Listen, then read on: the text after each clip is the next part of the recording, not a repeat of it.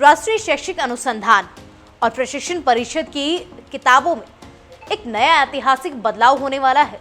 इस बदलाव के बाद अब स्टूडेंट्स को किताबों में इंडिया की जगह भारत शब्द पढ़ाया जाएगा। ये प्रस्ताव पैनल के सभी सदस्यों की सर्वसम्मति द्वारा भेजा गया और इस प्रस्ताव को मंजूरी भी मिल गई है। अब एनसीईआरटी की किताबों के अगले सेट में बदलाव नजर आने लगेगा। दरअसल एनसीईआरटी अपने पाठ्यक्रम में नई शिक्षा नीति के तहत बदलाव कर रहा है। इसके लिए 19 सदस्यों की कमेटी बनाई गई थी।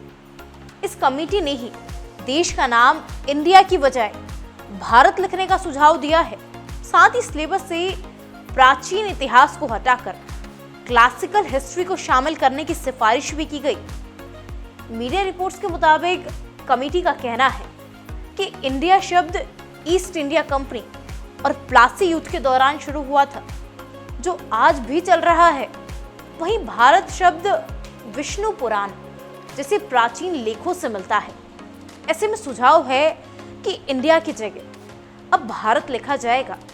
साथ ही सदस्यों की तरफ से ये भी कहा गया कि अभी तक किताबों में सिर्फ हमारी असफलताओं के बारे में पढ़ाया जा रहा है, हमारे सफलता के बारे में ज्यादा जिक्र नहीं किया गया। ऐसे में किताबों में हिंदू योद्धाओं के बारे में भी पढ़ाया जाए।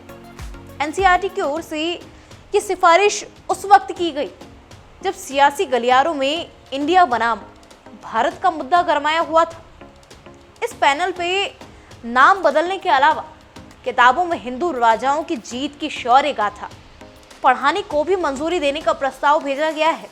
बता दें कि देश की राजनीति में विवाद उस समय खड़ा हुआ जब भारत के राष्ट्रपति द्वारा भेजे गए G20 शिखर सम्मेलन के भोज आमंत्रण पत्र पर प्रेसिडेंट ऑफ इंडिया की जगह प्रेसिडेंट ऑफ भारत लिखा हुआ नजर आया। इस मुद्दों को लेकर विपक्षी दलों ने केंद्र की मोदी सरकार पर जमकर निशाना साधा था। इंडिया नाम को लेकर विवाद तब शुरू हुआ जब विपक्ष की 28 पार्टियों ने मिलकर एक गठबंधन बनाया। गठबंधन की पहली बैठक बेंगलुरु में 28 जुलाई को हुई थी। इसके अलायंस का नाम इंडिया यानी Indian national developments inclusive alliance रखा गया। उसके बाद भाजपा विपक्ष पर हमलावर हो गई। पीएम मोदी ने इंडिया की जगह इसे घमंडिया गठबंधन का नाम दे दिया। वहीं विपक्ष ने पलटवार करते हुए कहा कि बीजेपी को इंडिया नाम लेने से इतनी दिक्कत क्यों है। मीडिया रिपोर्ट्स की माने तो समिति के अध्यक्ष CI आइजैक ने 25 अक्टूबर को बताया कि भारत का जिक्र विष्णु पुराण जैसे ग्रंथों में है जो 7000 साल पुराने हैं। इंडिया नाम आमतौर पर ईस्ट इंडिया कंपनी और 1757 प्लासी युद्ध के बाद इस्तेमाल होना शुरू हुआ है। ऐसे में देश के लिए भारत नाम का ही इस्तेमाल किया जाना चाहिए।